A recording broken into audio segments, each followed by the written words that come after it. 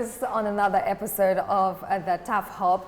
My name is Mariama Makuli, and we're really excited to be back on this inspirational platform with amazing guests who will inspire you.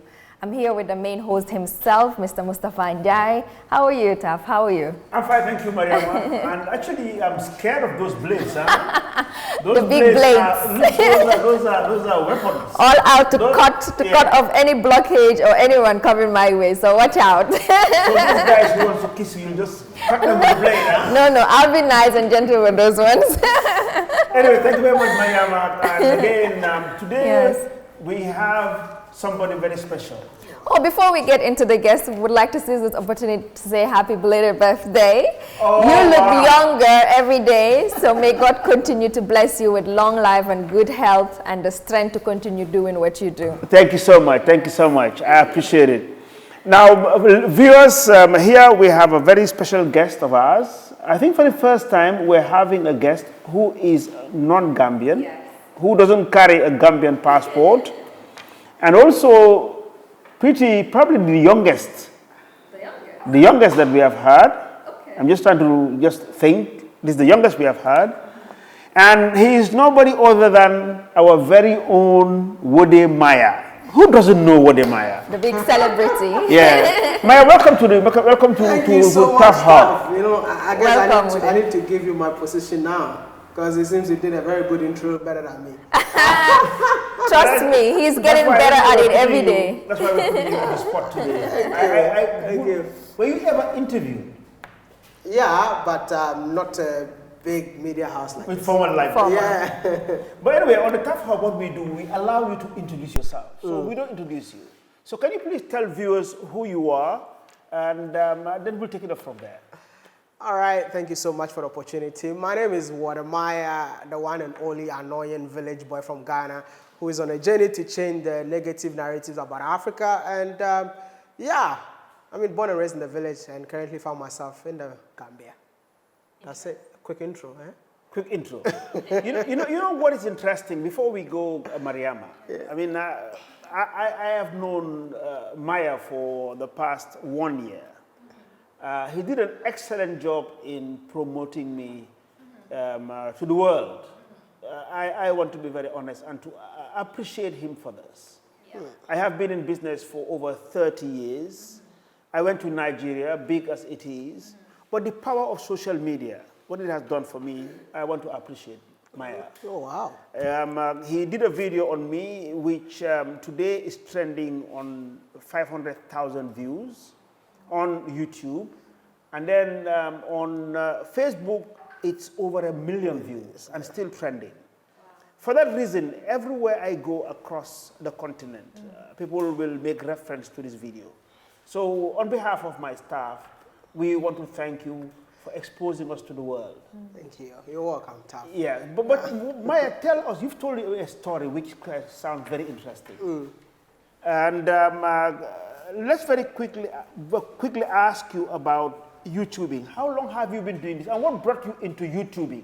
Because YouTubing, nobody studies YouTubing. Yeah. Just tell us a background. Yeah. What's your educational background, and then how come you went into YouTubing and this so successful, being the biggest YouTuber in Africa? Africa, yeah. Oh, okay. I didn't even know I'm the biggest YouTuber in Africa, but it all started when I went to China. So I went to China as a student, and I studied aeronautical engineering. I'm someone who deals with planes, and after that, I started working, and I felt like, you know what, it's boring, and I really want to do YouTube full-time.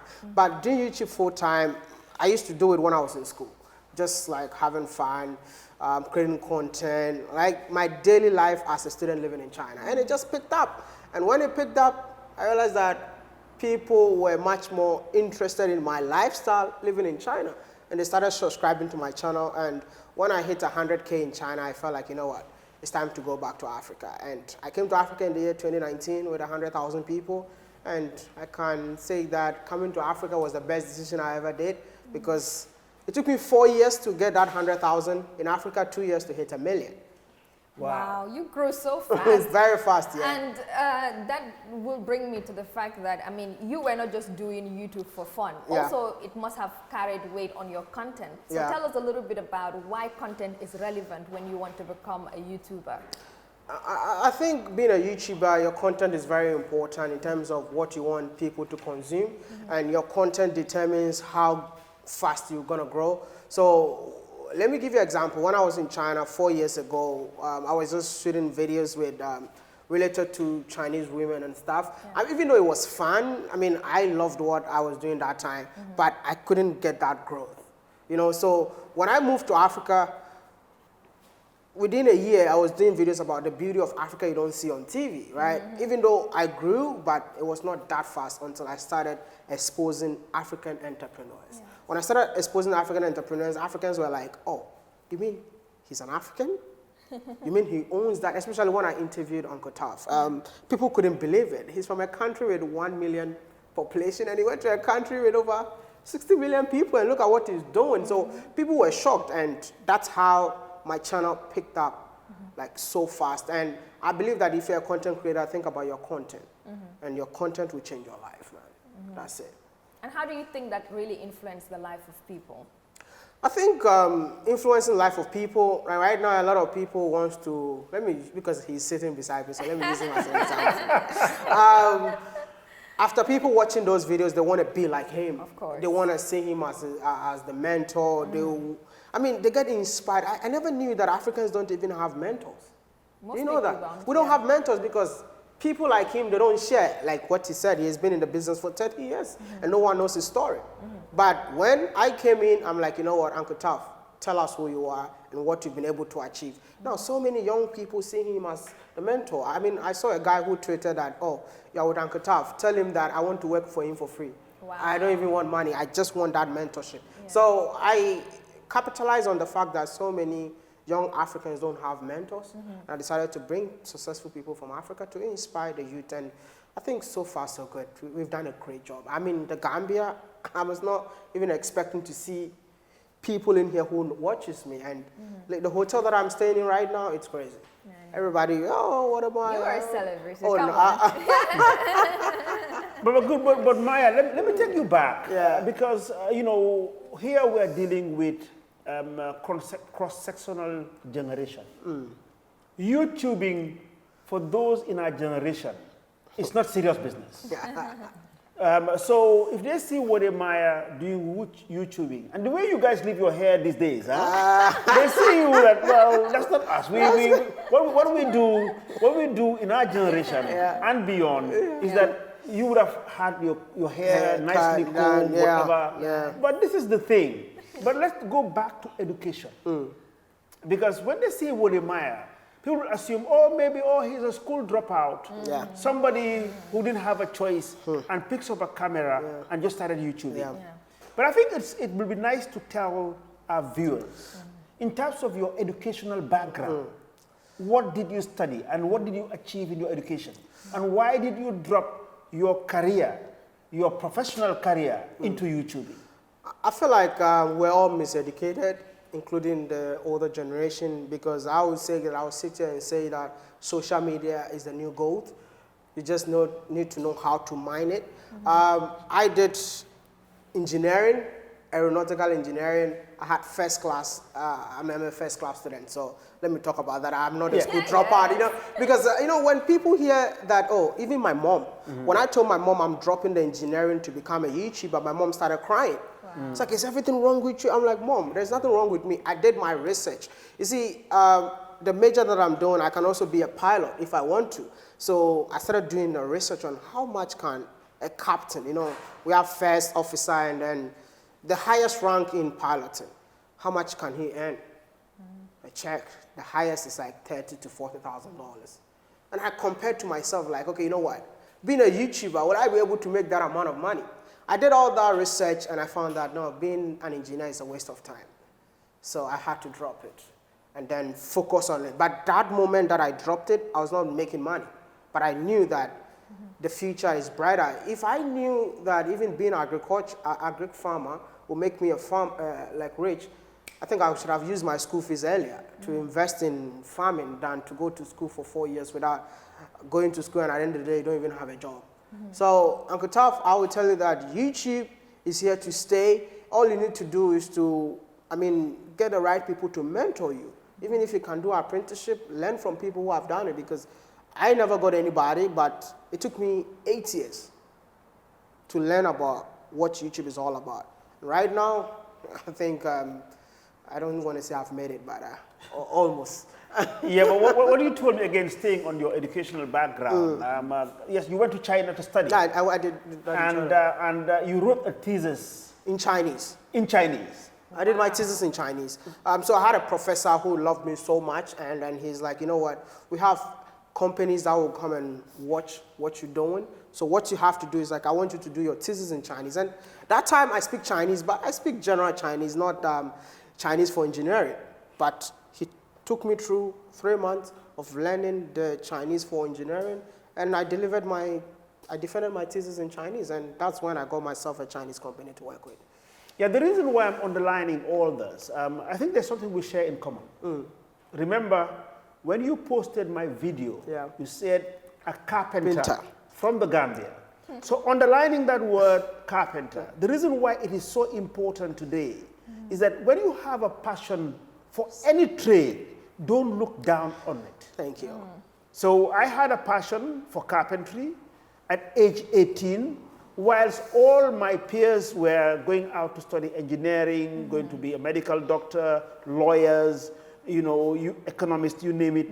I had a passion for carpentry, and carpentry was looked down upon. True. But because I had a passion, now fast track, 40-something years after, look at where I am. And my background is carpentry.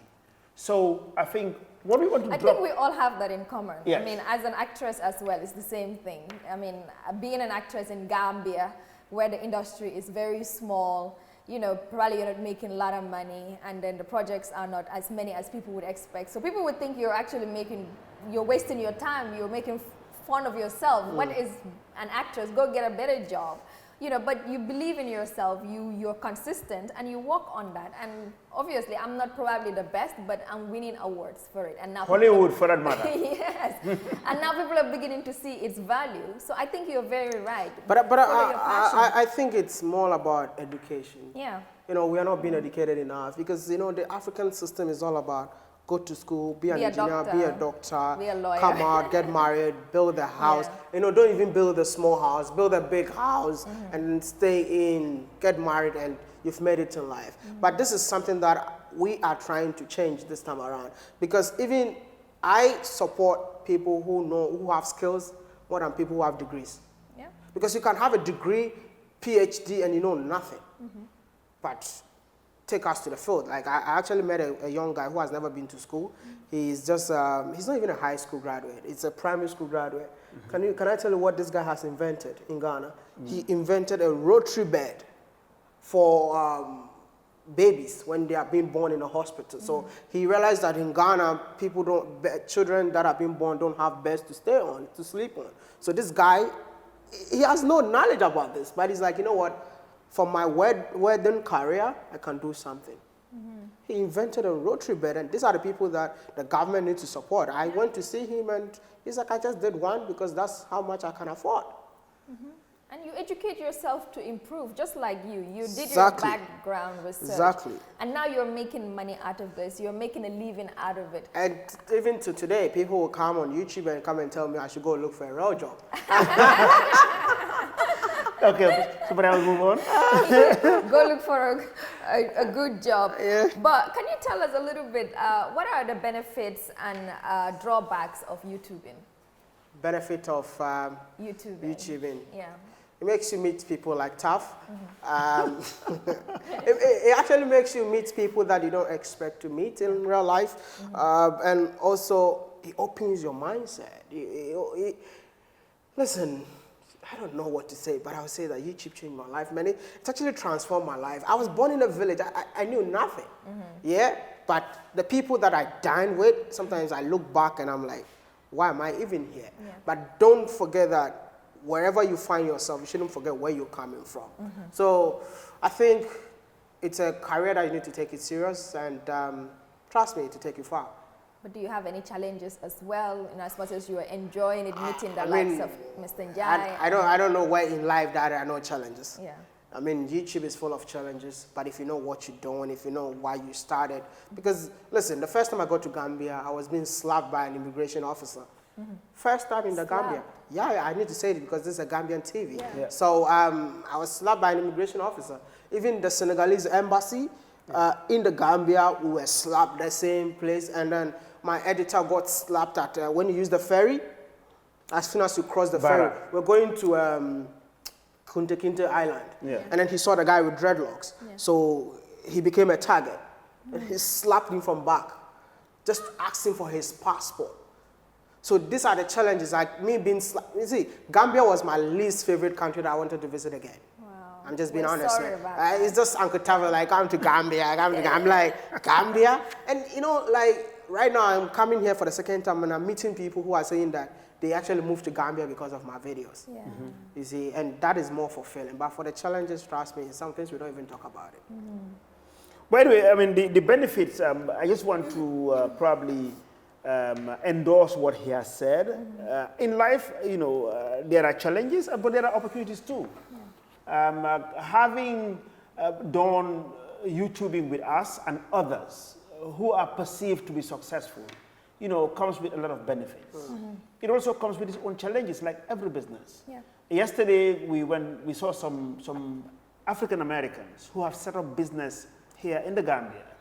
And when Maya asked them, why Gambia? They said, oh, because of you. Oh. Yeah, they said, they watch your video and we watch the video of another YouTuber, and that's why we're here. You know, and there are many, many, many more. We have quite a lot of returnees, reparts they call them. When you ask them, it's videos like this, YouTube like this, that brings them here. So on the Hub, we always want to learn lessons. And we also want to disrupt. What is it that we're doing that we want to turn and do it better? So policymakers watch us. Even the president at times watch us because it's on national TV. We're asking policymakers to look at ways of promoting the country. It is not the old school promotion that works anymore in this world. Thank you. Investment promotion is important for every country.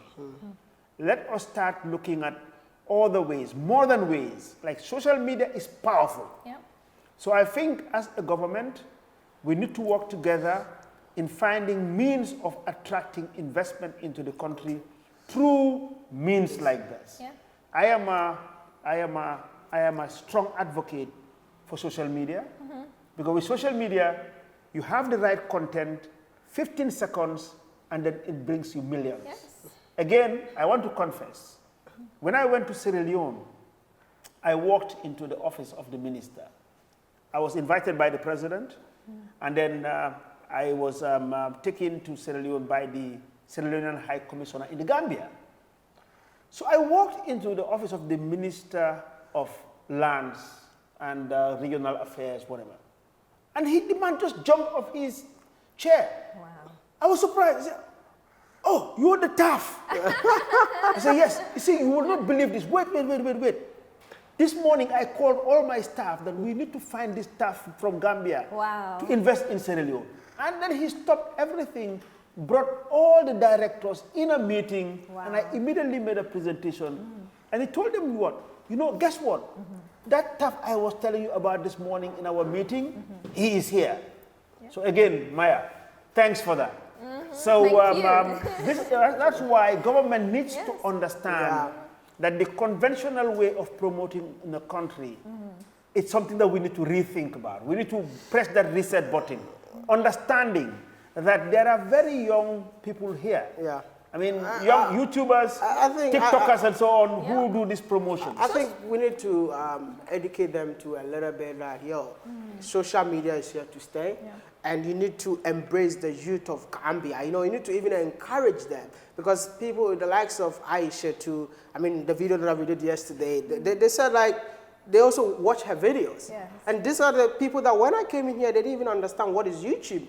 and I had to introduce. And these are people that are making impact in the country, but these are the people that I think the government will walk over. Okay. Yeah. You know, so I think we need to invest in the youth more, just like what Uncle Taf is doing. Encourage the youth to go out and sell the country. See, you can't, listen, I'm not being biased in here, but trust me, I would say that even a YouTuber from the Gambia will be known out there more than the president of the country. Of course. Because I don't know where I go to. You can ask somebody who is the president of Ghana. Maybe they might not even know who the president, but everywhere you go, like there's a guy in Dubai. I'm just telling you, this happened this morning. There's a guy in Dubai who just went to buy food and said, oh, I'm from Ghana. Immediately the guy says from Ghana, the chef just asked him, you know WODE MAYA? Yeah. This is Dubai, and I've never been there. Yeah. So we need to invest in the youth who are selling the country and encourage them to do more. But social media is powerful. We can't overemphasize its importance. And I think people should open up their doors, especially government officials like Mr. Njie mentioned.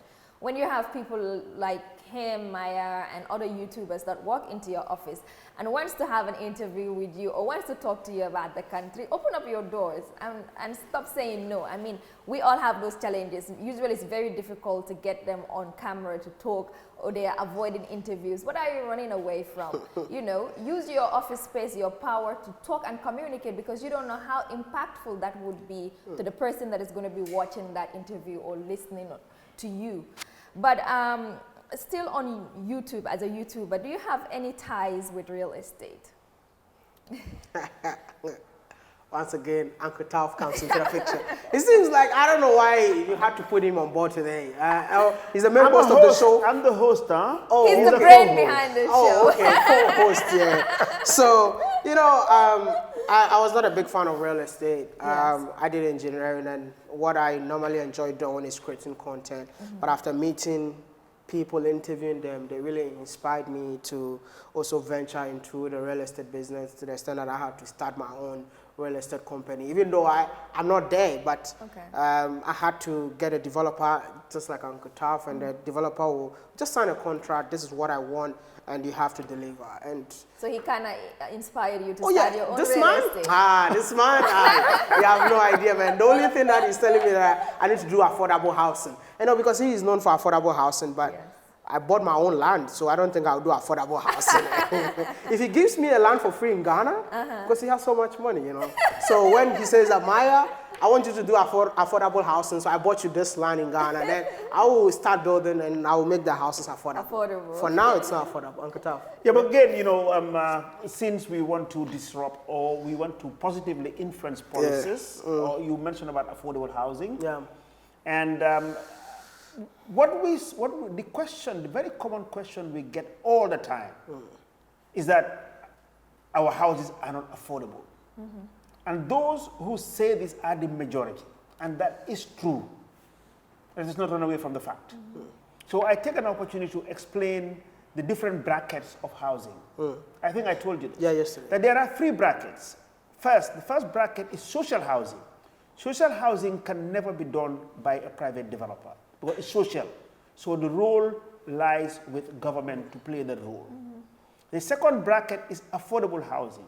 Affordable housing can be done by the private sector, but the bracket that mostly accesses these are those in the upper middle class, because you buy land and also buy materials and have your margins.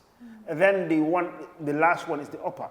Now, civil servants and those in that bracket normally benefit from social housing, and it can come in the form of sites and services. It can come in the form of, you know, shells, where you develop houses in shells and then they complete it. It can be done through public-private partnership, but government needs to bring in also equity into this plan. For example, in Ghana, the government can call you and say, look, we are allocating this parcel of land for social housing. And then they will now also give you the price that they want you to sell. And then also they can even give you concessions in terms of duties that you pay and so on. So if government wants to solve the problem of housing, they should partner with the private sector and also give out concession to make housing more affordable to that bracket. But let's move on. And at this point, I want to compliment also Dawda Jawara, the third, because people might ask, well, how did you know Maya? Actually, you will say that it was Hama. Yeah. Hama who called you. Yeah, Herman. Yeah. Herman. Yeah. Herman is a Ghanaian real estate developer. Yeah. But the issue of networking, I want to underline here. Dawda Jawara is the son of... no, not Dawda Jawara. Oh. It's Dawda Jawara's grandson. Oh. But the father is called Dawda Jawara. That's the Dawda Jawara number 2. And he is Dawda Jawara number 3. He's a lawyer who works, internationally. And the mom is called Menge Foon. So Menge Jawara. So Dawda is one of my close buddies. I'm very connected to the youth. And yes. One time he was in Nigeria. And we've connected very well. And when he comes home, we meet up. And Dawda actually mentioned to me that, Uncle Taf, I think we should get WODE MAYA to come and showcase what you're doing. So cutting a very long story short, Dawda also was connected to Herman. Oh. And then Herman called you. Yeah. And then the deal was so fast. It was so fast. I think I was even in Kano. You were in Kano and you were set to do a program. Yeah. And then he's like, oh, I'm leaving for Gambia. Where are you going to come? So you need to come. So I had to cancel all my staffs and then flew from Kano to Abuja and Abuja to Port Harcourt to meet him. Yeah, so again, point really what I want to underline here is networking. Yeah. Let's not underestimate networking. If you network very well, you can pull any string anywhere in the world by just lifting up your cell phone. So that's the lesson to learn there. Thank you, WODE MAYA, and we are so happy that we have you here, and we hope you will come back more often. Now that you have a father here, you have a sister, so we would love to have you in Gambia more often and, share the beautiful country with your viewers continuously as well. That will bring us to the end of this episode. Mr. Njie, I think this was such a very amazing conversation, knowing that you are also a lover of social media. You believe so much in the power of social media. So I think this is probably a very important discussion to put out there. Follow us on our YouTube channel, go subscribe and enjoy the Taf Hub on our social media side and on television as well. Thank you. Taf Africa Global presents the first eco-smart city in the Gambia, the Taf City, located between Gunjur and Sifo. It is 30 minutes away from the Banjul International Airport. At Taf City, you will be able to live, work, play, and shop in a healthy multi-purpose community. This vibrant urban environment will meet your everyday needs with commercial, business, recreational, and other complementary services to increase the value of your home. With up to 5,000 units of affordable homes on a 500-hectare land, Taf City will be twice the size of Banjul.